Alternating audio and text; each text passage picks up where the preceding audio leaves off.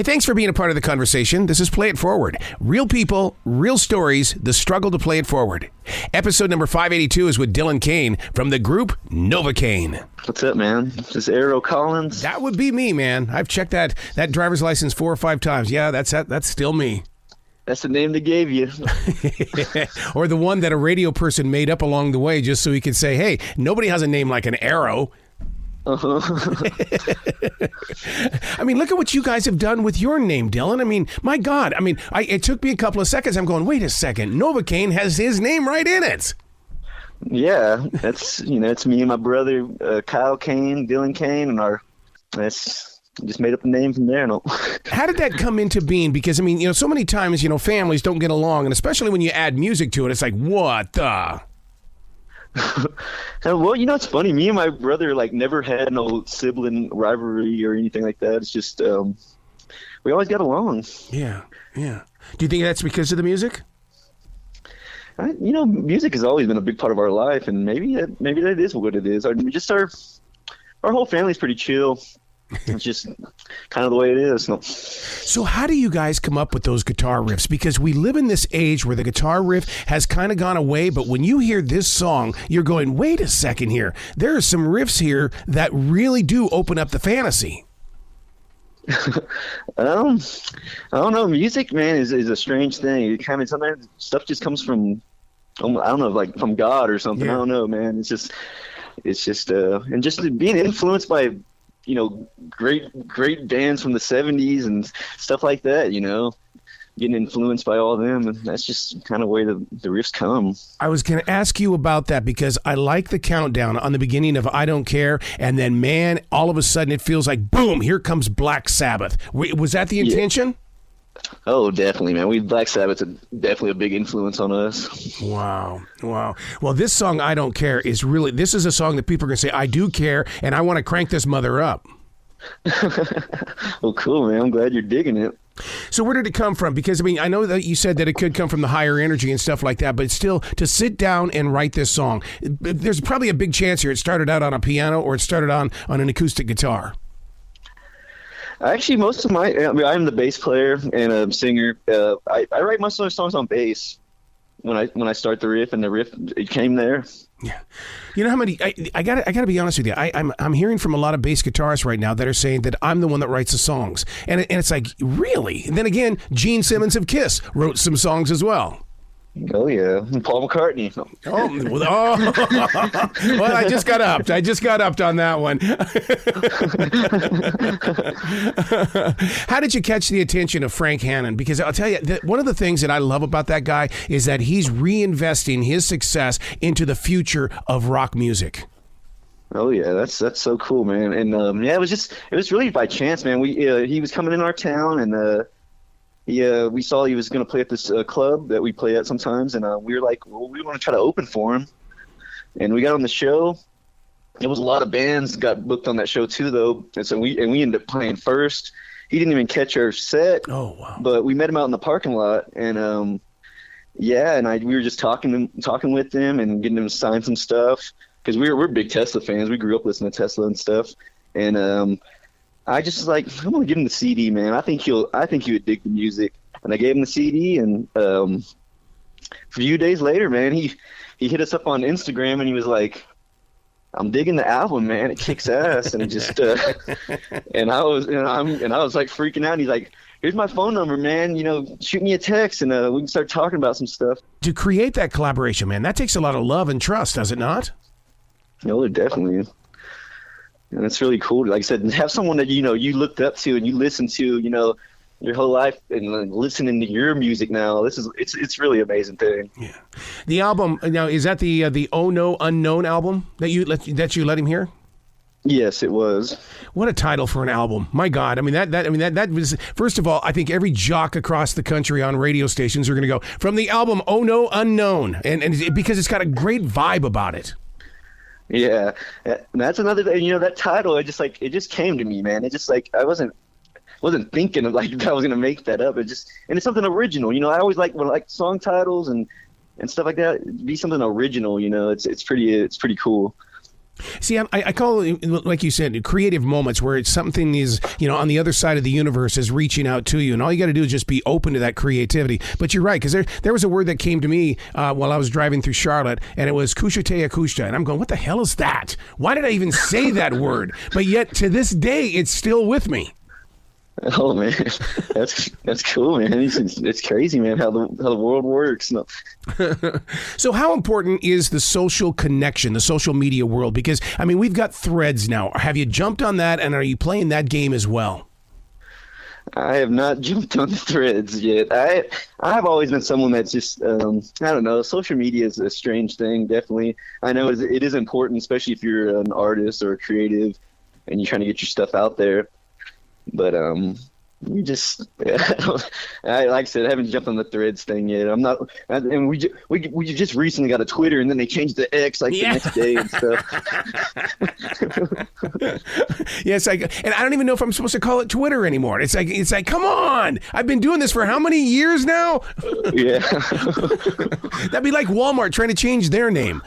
Yeah, it's pretty strange. Let's talk about those vocals, man. We need a good front man, and I think that you're that dude. Well, cool, man. I'm glad you like my vocals, man. It wasn't always, singing wasn't, my main thing was always bass, but I always was, I'm such a songwriter. I've been writing songs since I was a little kid. Yeah. And singing, singing my own songs, that's a big thing. And I have a rock and roll voice. People sometimes they go like, are you a good singer? I'm like, I'm a good rock and roll singer,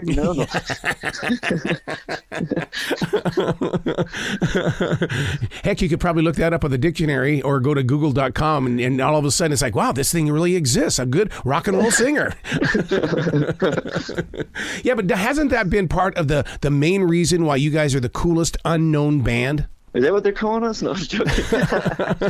No, I don't know, man. I think we have this vibe, it's like a sound. I don't know. That's what people have always told us. They're like, man, y'all just have such a unique sound. We're definitely, they hear the influences of like the 70s and all that stuff.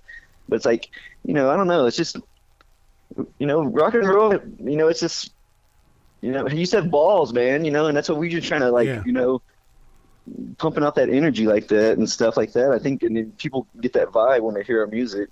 Do you think that's because it's in the attitude and when you carry that attitude forward, it starts developing inside the music? Oh, definitely.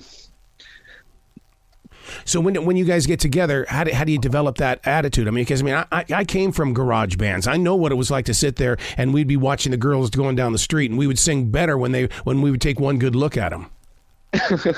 Yeah, dude, definitely the audience, man. When you're playing live, the audience into it, it feeds into your energy, and you want to play your best, and you're going to bring out the best, and you're going to put on a show, and that's and stage, persona and a presence, man. That's always been a big part of our vibe, because there's a million bands up there that are just standing around and just playing their instrument. They play it good, but they have no attitude, no energy, and that's always been a big part of our vibe. Is it because you guys have got to make an investment into the audience as well? In other words, you got to bring your game as well? Oh, definitely. You just gotta rock it out, man. You gotta show them what you love to do, and that's what we love to do, is rock it out. Do you like playing in those clubs? Because I've talked with more bands now that even though they've played arenas and they've played concert halls, they still say, I got to go back to that club because it's got to remind me of what it's like as to the reasons why I'm still doing this. Oh, definitely, man. It's where where you get your start, and it's just in that intimate setting. It's a really cool experience to do, Are you guys riding the bus or are you guys riding a van? Right now we're not doing nothing. No touring right now, but definitely it would be more a van than a bus. Yeah. But see, that to me is where all the music starts, because somebody's always got to be in the back row of that bus, and they're going to be back there going, dude, I just got an idea. Hey, follow along with me. And then all of a sudden, when you're on that highway together as a band, that's where the song gets its soul. Yeah, definitely. Just keep, that's also like songs develop, as more you play them live and more, even, before you go into the studio and stuff, and just, It's just that, I don't know, it's just that creative energy between all the members and stuff. Do you find yourself wanting to be on the radio, or are you looking for that next opportunity to be on Alexa or Siri? Because I'm noticing that a lot of people, all they do nowadays is they just go, "Hey Alexa, play me some NovaKain," and all of a sudden, things begin to happen. I mean, that's pretty cool. That's kind of, it ain't the way it used to be, but it's the future. And if you want to get out there, you kind of want to go with the new technology and just go with it and stuff. So, but I'm playing on the radio. I mean, radio is huge. I mean, you definitely want to be on the radio too. Yeah. So I was at a pool party yesterday, and the big talk is that the people that are between the ages of 15 to 30 want compact discs back. Are you guys going to print discs for this generation? Because they don't want to do the streaming. They want a physical disc in their hand. I mean, the way they talked about it, it just blew me away. That's a cool thing. I mean, I haven't heard that really, people saying that, but we've always, when we make an album, we always put it out on CD as well. And I love listening to the album, also the vinyl, but the CD too, and also looking at the album, looking at the picture, having it in your hand, the physical thing in your hand, it really helps. And I use, like, my new car, it doesn't even have a CD player, and I hate that. Yeah. I like to have 50 CDs on my floorboard, next to me. That's how I used to do it. Where is that dream place that you would like to one day perform? Because Frank has been everywhere. Where's that one place you would like to go? I've always any big venue here, but definitely Europe, man. I always want to go play Europe and just go to Europe. I think it'd be a really cool thing. And I know Europe Europe really loves rock music more than US, And I think that would be that's definitely a dream. Yeah, I've been with Iron Maiden many times, and they always tell me they love their American audience, but when it comes to a metal festival over there in Europe, there's nothing like it. Yeah, they go crazy, man. You watch all those videos and stuff. Wow.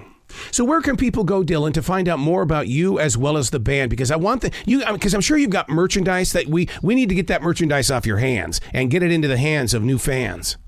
Oh yeah, well, you can definitely go to our website. It's NovaKainmusic.com. NovaKain is spelled NOVAKAIN.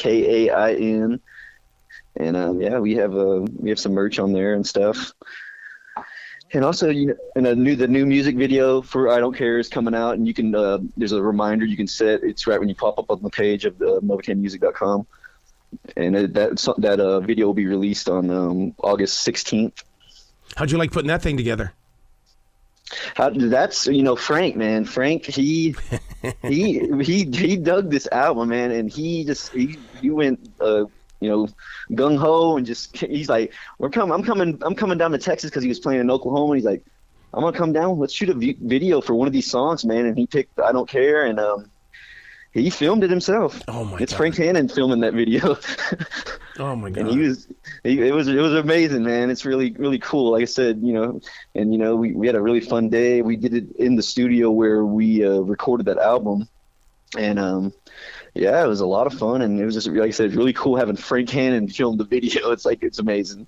What's really cool, Dylan, is the fact that we've got another Texas band on the scene, because Texas knows how to rock. And there's so much history there in Texas that it's time for another rockin' band to come out of that state. Definitely, man. ZZ Top, Pantera, come on, man. We need another one. So true. Man, you got to come back to this show anytime in the future. The door is always going to be open for you, Dylan. Cool, man. I'm thankful for you taking your time to talk to me and stuff. Absolutely. Well, you be brilliant today, okay, sir? Cool, man. You too, man. Well, thank you. Appreciate it.